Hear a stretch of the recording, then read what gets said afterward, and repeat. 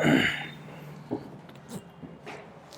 Everyone, welcome in competition conservatory.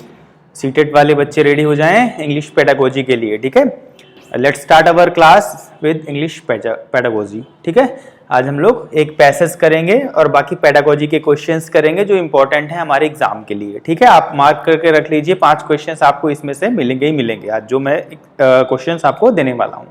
ठीक है, चलो लेट्स स्टार्ट अवर वीडियो।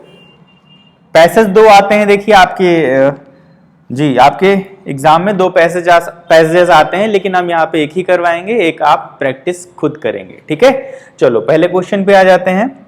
अब first question is, in learning a new language multilingualism is. ठीक है, एक भाषा सीखने के लिए मल्टीलैंग्वेलिज्म क्या है? अगर मल्टी मतलब कई भाषाएं। ठीक है, चलो बताओ क्या है वो। अ बर्डन, एक बोझ है, क्या बच्चे पे एक बोझ हो जाता है? ठीक है, या जो सीखता है। अ मेथोडोलॉजी, या एन एसेट, या फिर एन इंटरफेरेंस। क्या होगा? तो ये आपकी एक एसेट हो जाती है, एक संपत्ति है आपके पास में अगर आपके पास एक एक्स्ट्रा लैंग्वेज आती है। ठीक है, तो सिंपली कोई बोझ नहीं है, मेथोडोलॉजी नहीं है, इंटरफेरेंस कोई अनुमान नहीं है ये। ठीक है, सीधे सीधे आपका एक एसेट है, आपके पास एक ऐसी संपत्ति है, आपके पास एक्स्ट्रा नॉलेज है। ठीक है, दैट इज ओके। चलो come to the next question. हम लोग आज फास्ट करेंगे, जल्दी जल्दी पहुंचेंगे हम लोग लास्ट क्वेश्चन तक। ठीक है, चलो second one is, yes, the most important feature of an effective language classroom का पूछ रहा है। Is opportunity for learners to, कैसा क्लासरूम ऐसे जिसमें अपॉर्चुनिटी कौन सी मिलती है स्टूडेंट्स को, ये पूछा जा रहा है। ठीक है, the most important feature of an effective classroom, effective classroom का कौन सा ऐसा फीचर है जिसमें बच्चों को अपॉर्चुनिटी दी जाती है बहुत ज्यादा? तो क्या इमिटेट मतलब नकल करना, क्या नकल करना होता है? इंटरफेरेंस मतलब अनुमान लगाना, एवोल्यूशन मतलब मूल्यांकन करना, रिलैक्स मतलब जिसमें आराम दिया जाता हो। जी बताओ, इनमें से आपको कौन सा लगता है, कौन सा होएगा? जी इन्फ्रेंस नहीं, इंटरेक्ट है जी। तो इनमें से कौन होगा? देखिए इसमें है हमारा third one is the right answer, interact मतलब क्वेश्चन आंसर करना। देखिए इमिटेट मतलब नकल करना, रिलैक्स मतलब आराम से बैठ जाना, इंटरेक्ट मतलब आपस में इंटरेक्ट करना, बातचीत करना, क्वेश्चन आंसर करना। ठीक है, इवेल्युएट मतलब मूल्यांकन तो टीचर का काम है, स्टूडेंट का काम नहीं है जी। तो क्या हो जाएगा? Interaction is the important part of a class. भले वो इंटरेक्शन टीचर स्टूडेंट के बीच में हो या स्टूडेंट के बीच में हो, interaction is most important for learning a language. ठीक है, अगर आप कोई लैंग्वेज सीख रहे हो, interaction is very important. Interaction class हम लोग कंडक्ट करवाते हैं। क्यों करवाते हैं? क्योंकि बच्चे को एक तो डर खत्म हो जाता है, दूसरा वो थोड़ा सा फेमिलियर हो जाता है, थोड़ा क्लास में घुल मिल जाता है अगर क्वेश्चन आंसर आपस में थोड़ा सा इंटरेक्शन हो जाता है तो। ठीक है, तो this is the very good way to learn a language. चलो थर्ड क्वेश्चन पे आ जाते हैं।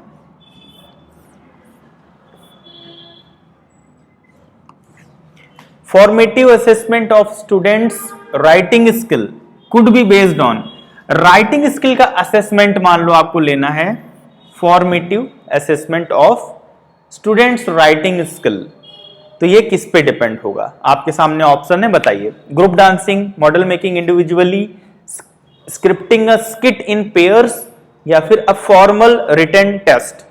जी बताएं क्या होगा जी। चलो तो पहले इसके मतलब पे आते हैं। देखिए फॉर्मेटिव असेसमेंट का मतलब क्या होता है? औपचारिक निरीक्षण करना, फॉर्मेटिव असेसमेंट। ठीक है, of the students writing skill could be based on. अब राइटिंग स्किल की बात हो रही है, राइटिंग स्किल, ठीक है, लिखने की स्किल, राइटिंग स्किल, सिर्फ सिंपली राइटिंग नहीं। जैसे यहाँ पे देखो ग्रुप डांसिंग की बात ही नहीं हो रही, यहाँ पे डांसिंग कहां से आ गया? मॉडल मेकिंग इंडिविजुअली, ये भी नहीं। ठीक है, अभी देखिए 2 हमारे पास है। Scripting a skit in pairs का मतलब क्या हो गया? स्किट मतलब एक लघु कथा बनाना, स्क्रिप्टिंग मतलब इसकी स्क्रिप्ट तैयार करना पेयर्स में, है ना। अब बच्चों को मान लो मैंने एक टास्क दिया, 2 बच्चे बैठे, मैंने कहा एक आपको स्क्रिप्ट लिखनी है, एक छोटी सी लघु कथा, आपस में डिस्कशन करो, बनाओ।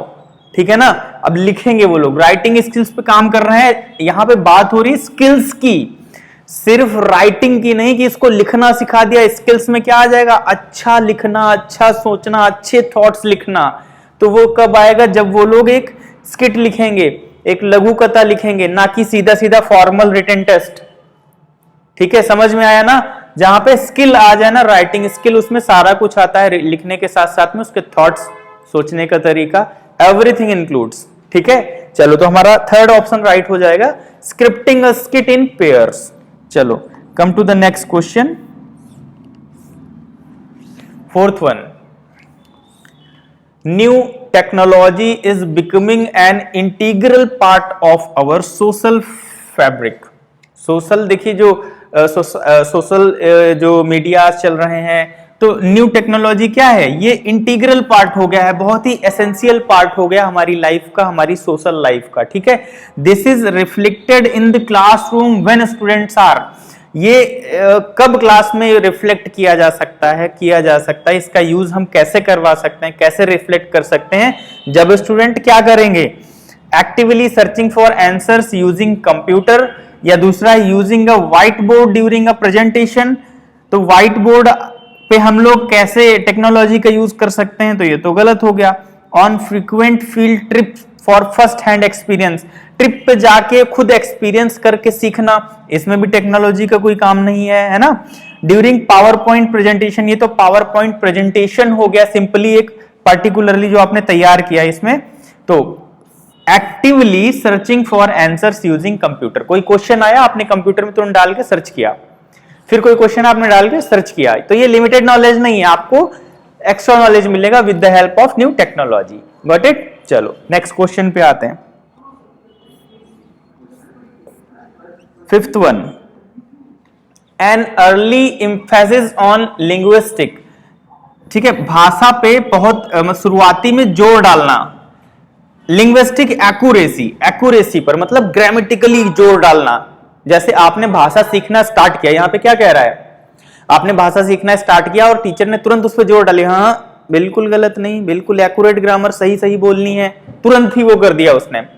Along with prompt error correction in L2, L2 का मतलब क्या है, अगर कहीं पे L2 लिखा हो इट मींस लैंग्वेज सेकेंड, मतलब जैसे आपकी पहली भाषा कौन सी है, हमारी हिंदी है, किसी की पंजाबी होती है, किसी की बंगाली होती है।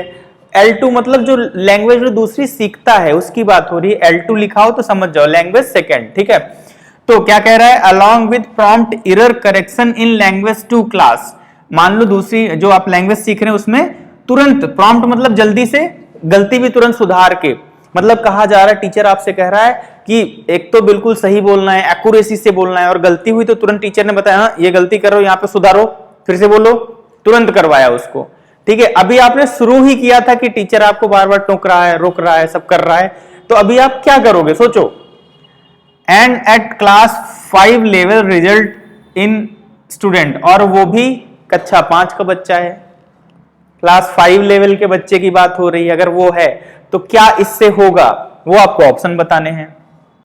यहां पे हियरिंग तो होगा नहीं, यहां पे होगा लर्निंग ओनली द मिनिमम और लेस। ठीक है, लर्निंग, अब इसका परिणाम क्या होगा, लर्निंग ओनली द मिनिमम और लेस, आप कम सीखेंगे, ज्यादा नहीं सीख सकते, क्योंकि शुरुआती दौर पे अगर आपके ऊपर इतना जोर डाल दिया जाए। अच्छा, आते हैं हम लोग, लैंग्वेज बच्चा सीखता है तो कैसे सीखता है, बच्चा सबसे पहले लैंग्वेज सीखता है तो अगर कुछ गलत बोल तो क्या आप टोकने लगते हो, नहीं बेटा ग्रामर सही बोलो, इसको ऐसे नहीं वैसे बोलो, आप हंसते हो कि हाँ चलो मम्मा बोला है उसने पानी को, अरे मम्मा बोल रहा है, आप हंसते हो, वेरी गुड, और बोलो, कुछ भी बोल दे, आप बुलवाने की कोशिश करते हैं, प्रोत्साहन देते हैं, गलत बोलता है और मोटिवेट करते हैं, ना कि उसको तुरंत ग्रामर का रूल समझाने लगते हैं। अगर ऐसा करें तो बच्चा बोल ही नहीं पाएगा, बहुत कम सीखेगा। तो वही यहाँ पे कह रहा है, अगर ऐसा करते हैं तो क्या होगा, लर्निंग ओनली द मिनिमम और लेस, जितना आप एक्यूरेटली सही करवाओगे बस उतना सीख लेंगे, छोटा मोटा,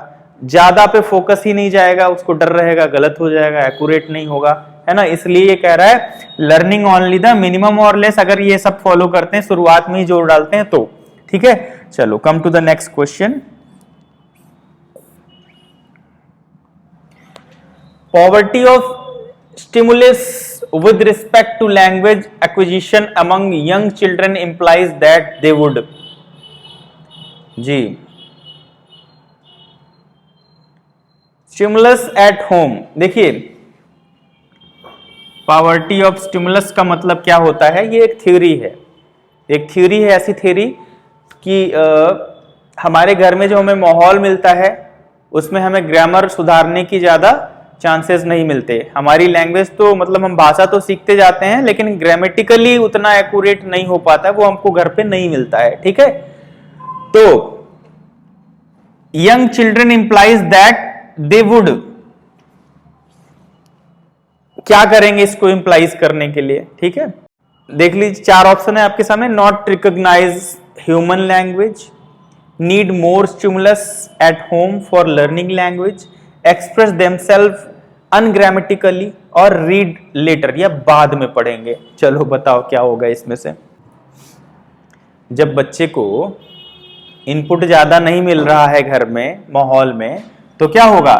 need more stimulus at home for learning language, उसको और डेटा चाहिए, और इनपुट चाहिए, और ग्रामेटिकली सीखना है उसको। ठीक है, तो हमारा सेकंड ऑप्शन सही हो जाएगा। ठीक है, चलो नेक्स्ट क्वेश्चन पे आते हैं।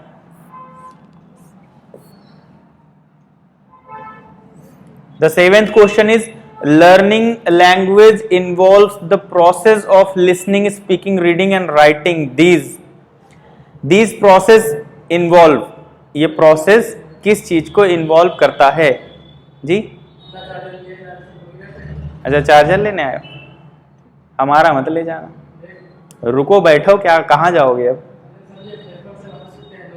अच्छा, चलो ठीक, निकल जाओ, चैनल डाल के जाना जी। 4 ऑप्शन है हमारे सामने। Linguistic aspect, psychological aspect, either 1 और 2, या तो 1 या तो 2, या फिर बोथ 1 and 2, दोनों सही हैं जी। Learning a language involves the process of, देखिए जब आप भाषा सीखते हैं तो प्रोसेस कौन सा इन्वॉल्व करता है? सुनने का, बोलने का, पढ़ने का और लिखने का। दीज प्रोसेस इन्वॉल्व, ये प्रोसेस किस चीज को इन्वॉल्व करते हैं? भाषा के एस्पेक्ट को, है ना, लिंग्विस्टिक एस्पेक्ट, या फिर साइकोलॉजिकल, मनोवैज्ञानिक एस्पेक्ट जी। क्या होता है जब हम बोलते हैं, जब हम सोचते हैं या लिखते हैं, तो हम मनोवैज्ञानिक तरीके से भी तो काम करते हैं, सामने वाले को समझते हैं, अगर कुछ बोलना है तो उसके लिए थॉट्स सोचते हैं, है ना। तो भाषा के एस्पेक्ट जरूरी है ही, इसके अलावा साइकोलॉजिकल एस्पेक्ट भी, यानी हमारा 4th option is the right answer, both 1 and 2। ठीक है ना, गॉट इट। चलो नेक्स्ट क्वेश्चन पे आते हैं।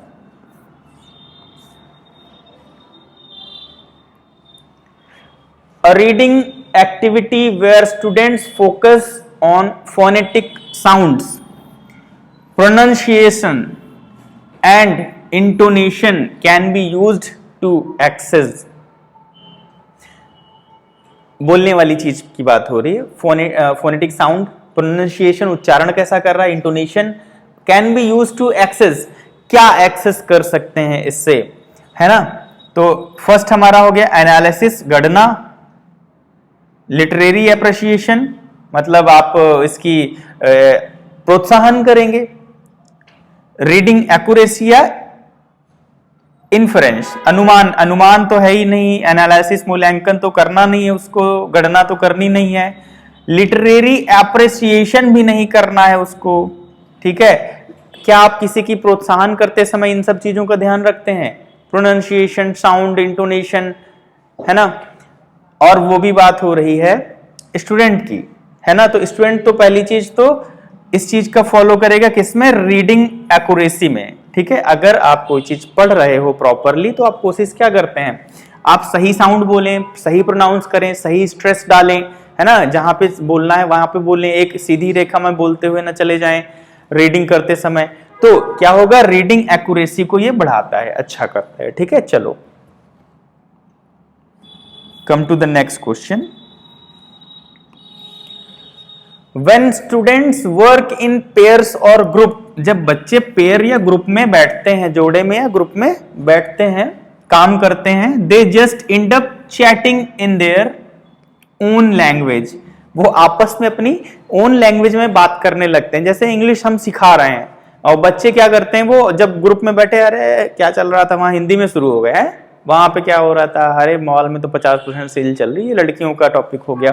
चलो, तो दिस कैन बी ओवरकम, इसको हम किससे ओवरकम कर सकते हैं, मतलब इसका निजात कैसे पा सकता है एक टीचर, क्या करना चाहिए? Increasing the difficulty level of task, task का लेवल बहुत बढ़ा दिया ताकि वो हिंदी ना बोल पाए, तब तो और ज्यादा बोलेंगे, कहेंगे यार ये तो कुछ समझ ही नहीं आ रहा है, सर ने कौन सा टॉपिक दे दिया है, कुछ समझ में नहीं आ रहा है, चलो अंताक्षरी खेलते हैं, और वो अपनी भाषा में लग जाएंगे। तो ये तो नहीं होगा। Instruction for the task and objectives to be made clear first, जो इंस्ट्रक्शन है वो टास्क के लिए पहले ही क्लियर कर दिए जाने चाहिए, objective to be made clear first, वो सारे टास्क सबसे पहले ही क्लियर कर दिए जाने चाहिए। जो भी आप क्लास देने जा रहे हैं उसके टास्क आप पहले ही क्लियर कर देंगे कि बेटा नो हिंदी जोन, हिंदी कोई नहीं बोलेगा, है ना, अगर कोई बोला उसको फाइन पड़ेगा, उसको पिटाई होगी। आपने जो भी टास्क है, इसके बाद टास्क क्या करना है, आपको ऐसे ऐसे करना है, ये एक्टिविटी करनी है, आपको ये करना है, आपको ये करना है, पेयर को बता दिया, ग्रुप में बता दिया, बेटा ये तुम करोगे, वो तुम, मतलब टास्क पहले ही दे दिए सबको, ठीक है। तीसरा देख लेते हैं, giving an easy task so that they may chat less, नहीं, आपने उनको इजी टास्क दे दिया ताकि वो हिंदी में ना बोल पाए या अपनी भाषा में ना बोल पाए, ऐसा नहीं करना है वरना सीखेंगे कैसे। Fourth one, writing notes on the board so that they will not use language. L1 लिखा है मतलब भाषा जो हमारी मातृभाषा जो हम बोल रहे होते हैं उसको लैंग्वेज 1 बोलते हैं, L1। L2 आ जाए मतलब जो सीख रहे हैं, ये ध्यान रखना है। नोट्स दे देना है ताकि वो पहली भाषा ना बोल पाए, ये तो नहीं करना है। तो हमारा सेकंड ऑप्शन सही हो जाएगा, उनको इंस्ट्रक्शन दे देनी है, टास्क पहले ही प्रोवाइड कर देना है ताकि वो टास्क के अकॉर्डिंग काम करने लगे, तो भाषा पे ज्यादा अपना बोलेंगे ही नहीं, ठीक है। चलो come to the next question, the 10th one, to assess listening skills. यहां पे देखो बात हो रही सिर्फ लिसनिंग की नहीं, लिसनिंग स्किल्स, ठीक है। स्किल का मतलब क्या हो गया, सुनना और उसका मतलब निकालना और उसको अच्छे से आकलन करना, हर चीज लिसनिंग स्किल, सिर्फ लिसनिंग नहीं है। The teacher has framed an activity, listening skill बनाने के लिए टीचर ने एक एक्टिविटी फ्रेम की है, बनाई है। What can the assessment be based on, assessment किस चीज पे वो बेस्ड होना चाहिए, कोई एक्टिविटी वो करवा रहे हैं तो उसका असेसमेंट कैसे करेंगे, किस पे बेस्ड होना चाहिए, आपसे पूछा है। तो पहला वाला देखिए, completing a tabulation based on an audio recording, एक ऑडियो रिकॉर्डिंग है जिसमें कोई टैबुलेशन यानी कोई सारणी या ऐसे कुछ बना के टेबल, और उसका वो बोल रहा है ताकि बच्चे उसको सुने और गणना करें उसकी टेबल की, हाँ 2001 में इतने लोग मरे, 2000 उसके बाद में 2002 में ये रहा, 2003 में इतने मरे, 3 मान लो एक टेबल ये दे दी, अब बच्चे इसको सुन रहे हैं, ये ऑडियो क्लिप बोल रही है, ऑडियो रिकॉर्डिंग बोल रही है, बच्चे सुन रहे हैं और उसको कागज पे गणना कर रहे हैं। दूसरा है रीडिंग अ टेक्स्ट अलाउड, किसी भी टेक्स्ट को तेज तेज पढ़ रहे हैं, क्या इससे लिसनिंग स्किल बच्चों की सही हो जाएगी?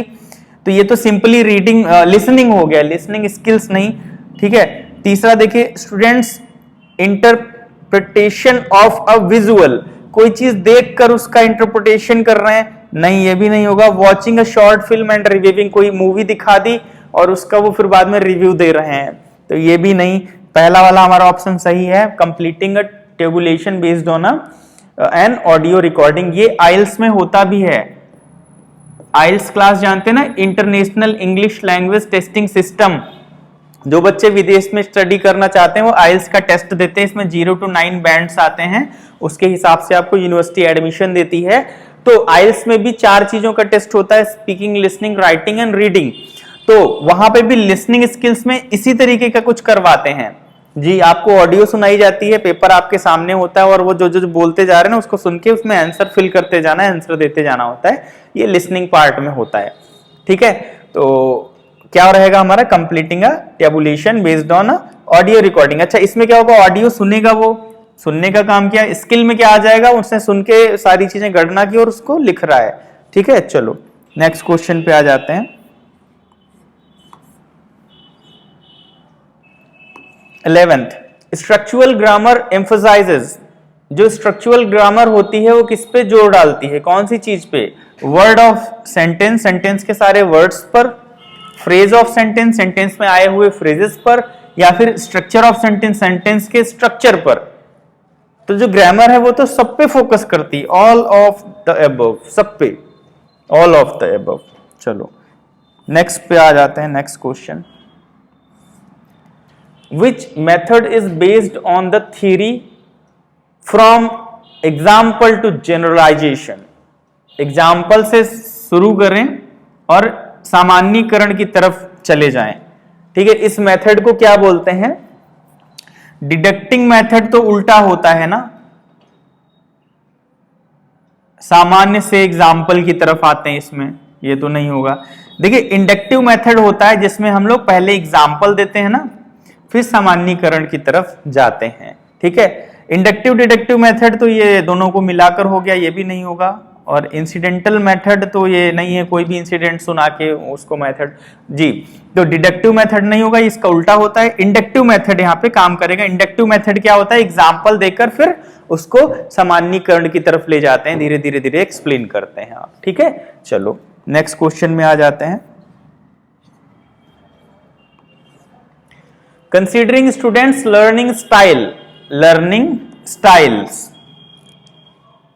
broadens the approaches taken to help language related problems. An example of learning style is, ये किस चीज की लर्निंग स्टाइल का एग्जाम्पल है? ठीक है, कौन सा? Learning style broadens the approaches taken to help language related problems जी। प्रिंट ओरिएंटेड, फोकस्ड, लाउड या क्वाइट जी, बताएं। 13th जी, तो प्रिंट ओरिएंटेड क्या है? लिखकर और पढ़कर, लिखकर और पढ़कर। तो लैंग्वेज सीखने का सबसे अच्छा तरीका क्या है? लर्निंग स्टाइल शैली को सीखने का, लर्निंग शैली को आगे बढ़ाने का सबसे बढ़िया क्या एग्जाम्पल है? लिखना और पढ़ना, है ना। पहले लिखना, उसको रीड करना और पढ़ना, सॉरी लिखना और, तो प्रिंट ओरिएंटेड। फोकस्ड नहीं, फोकस तो चलो ये अलग चीज हो गई, ये शैली नहीं है। ठीक है, लाउड मतलब बहुत तेज, और चुप मतलब ये भी नहीं है, किसी चीज को लाउड हो जाए पढ़ें तो ये स्टूडेंट की शैली नहीं है। क्वाइट मतलब शांत हो जाए, ये भी नहीं। प्रिंट ओरिएंटेड, ठीक है। लर्निंग स्टाइल कैसी होनी चाहिए? लाउड नहीं होनी चाहिए, चिल्ला चिल्ला के लर्न कर रहे हैं कुछ, क्वाइट चुपचाप बिल्कुल, ये भी नहीं।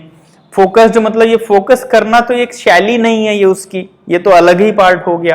प्रिंट ओरिएंटेड होना चाहिए। ठीक है, चलो नेक्स्ट पे आ जाते हैं। Teacher should not give corporal punishment to learners because, corporal punishment का मतलब है शारीरिक दंड, डंडा उठा के सूद दिया, शारीरिक दंड नहीं देना चाहिए, ये कह रहा है। Teacher should not give corporal punishment to learners because, क्यों नहीं देना चाहिए? It is only an emotional release for the teachers, कह रहा है कि ये इमोशनल रिलीज सिर्फ होता है इसलिए नहीं देना चाहिए। मतलब टीचर फ्रस्ट्रेट हो गया और सूद दिया, उसके बाद थोड़ा सा शांति मिली, चलो सूद दिया, कहीं और से परेशान आए, बच्चे को 2-4 लगा दिए, है ना, तो क्या ये इमोशनल रिलीज है? नहीं, इसलिए नहीं। It makes parents very angry, parents को बहुत एंग्री करता है, इसलिए नहीं करना चाहिए, नहीं। इट इज वेरी रिस्की, बहुत रिस्की है इसलिए नहीं करना चाहिए, रिस्की है लेकिन ये रीजन नहीं है। रीजन क्या है? It creates stress and fear in learners. अगर आप स्टार्टिंग में ही बच्चे को बहुत पकड़ के सूद दो, बहुत पिटाई कर दो उसकी, तो क्या होगा? उसमें स्ट्रेस और डर आ जाएगा, फिर वो आगे खुल के नहीं सीख पाएगा। इसलिए इसको नहीं, फिजिकल आपको टॉर्चर नहीं करना है, ठीक है, शारीरिक दंड नहीं देने हैं। चलो नेक्स्ट पे आ जाते हैं जी। अब हमारे सामने आ गया हमारा पैसेज, चलो इसको पढ़ लीजिए सभी लोग पैसेज को, या ना पढ़िए, ऐसे ही चलते हैं, क्वेश्चन आएगा तो खुद ही पढ़ लेंगे आके। One of the historical development that has taken place in the field of education in India is making right to education.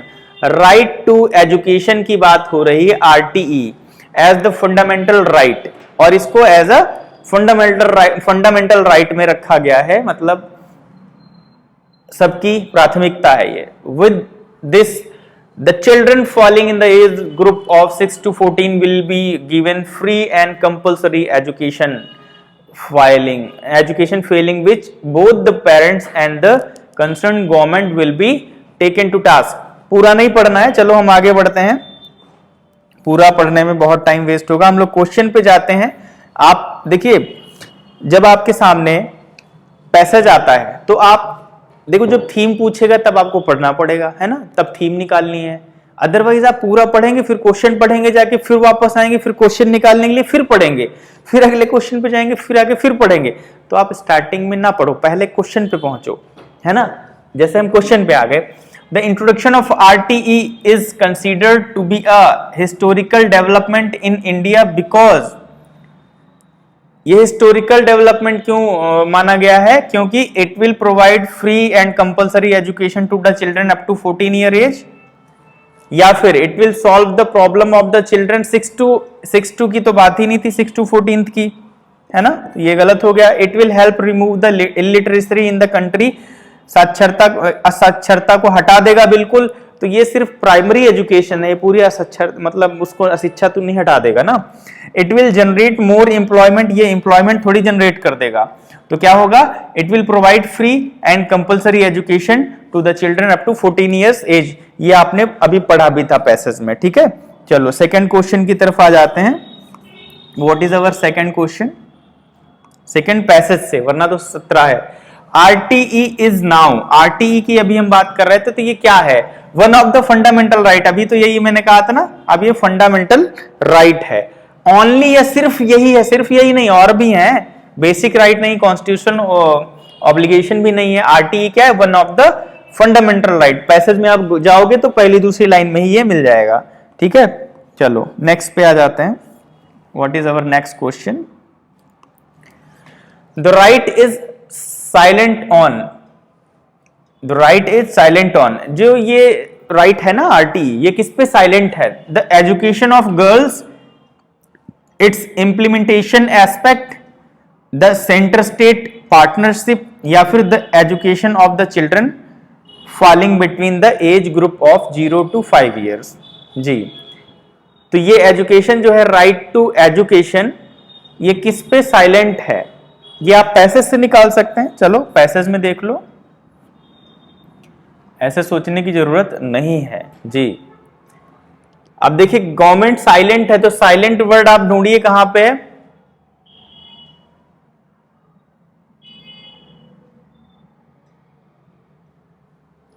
Ji,